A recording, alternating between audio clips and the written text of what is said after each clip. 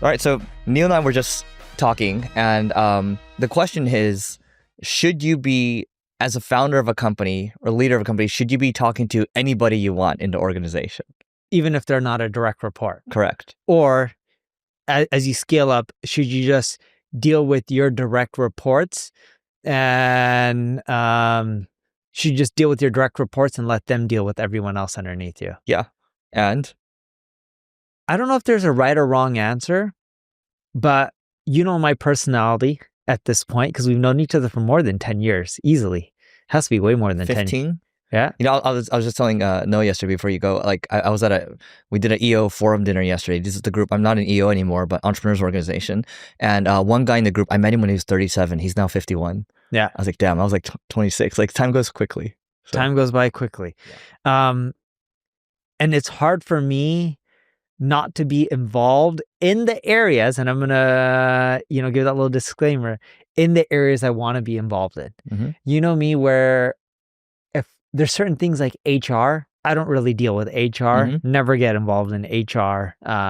And when you have a company at scale, there's always some HR issue. I'm not saying anything bad, but if you have 1,000, 2,000, 5,000 people, someone's going to complain about something. Yeah. It's just question one. I'm not saying I don't want people to be happy. It's just more so there's certain departments that I'll spend my energy on and certain departments that I won't. Yeah. Not saying HR is not important. You're just not good at it too. I'm not good at it. It's not me. But things like finance, I get heavily involved in. Yep. Not everyone likes that. Things like dealing with leaders in different regions, I'll get involved with. And when you say dealing, you mean working with them, managing. You don't mean like, problems. No, them being problems. It's more so if I have questions, I'll just call people and I don't care to wait for a report or for something to be projected or whatever. And the same goes for if there's someone, it doesn't matter what level of company, they can be a new employee or they could be someone who's been at the organization for 8 years, because we're 8 years old now, or we will be at the end of this year. I will get my hands dirty if I think I can fix something and it has some sort of impact on the business. Mm-hmm. I'm not talking about a small impact. I'm talking about what I think would be meaningful enough where it's worth my time. And I'm not saying my time's more valuable than other people's, but the way I operate my business is I think about what are our goals. It's obviously more growth. What percentage do we want to grow? Where's the biggest potential lever or impact or area I could go to or I spend my time on to actually help achieve that.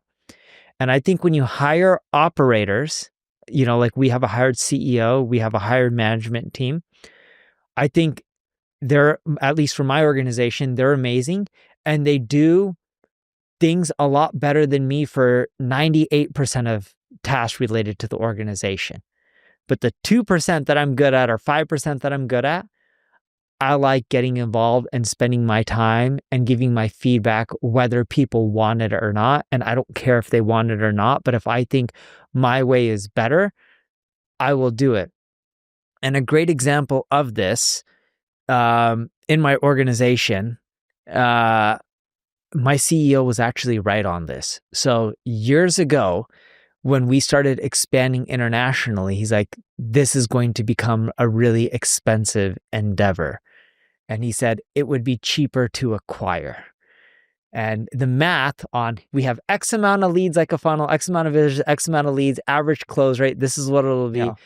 It didn't always work out that way. We've improved it a lot over the years, but we did burn a tremendous amount of money. But when him and I talk, M&A probably would have been cheaper.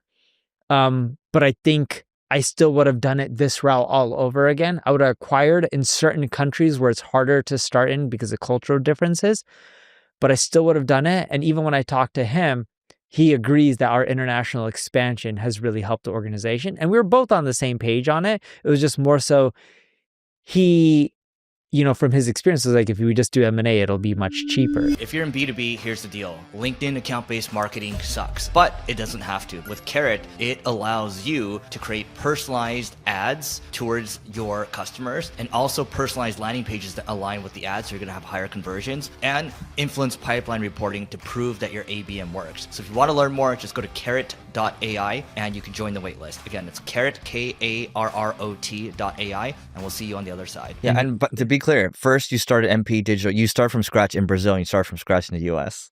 And then India. You start from scratch in India too. Uh-huh. Oh, I didn't know that. And then the UK and those regions, because I had people on the ground in Brazil, India. A lot of the people speak English, and I have a big base of visitors from there because I'm also Indian, which helps quite a bit.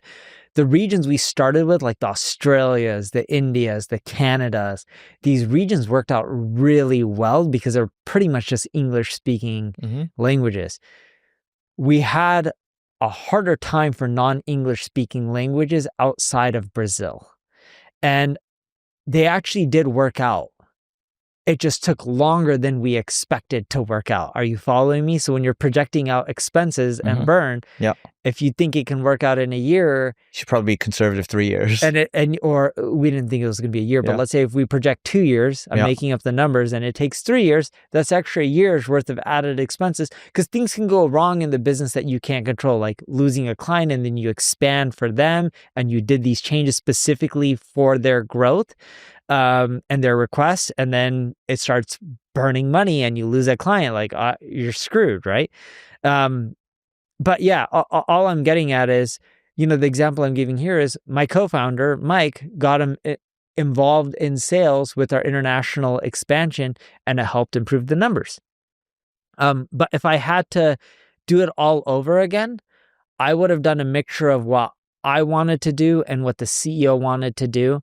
And if I really look back on it, I don't think the CEO told me this, but I don't think he was actually telling us to go and acquire in Australia, Canada, or US speaking. Yeah, it's just you interpret it in that way. You just interpreted what you wanted to do. I interpreted it to whatever I wanted to do. And if I had to go back on it, he was right. We would have saved money and we would have been a bigger organization if we did it his way. So in this aspect, I would say my involvement cost us more money. But then there's been other aspects, like with software or making marketing changes, that have caused us to make more money. I don't win every single time, but I do like getting involved because it's my name on the door. I'm an entrepreneur. If I don't get involved in the stuff that I enjoy and I'm passionate about, what's the point of having a company?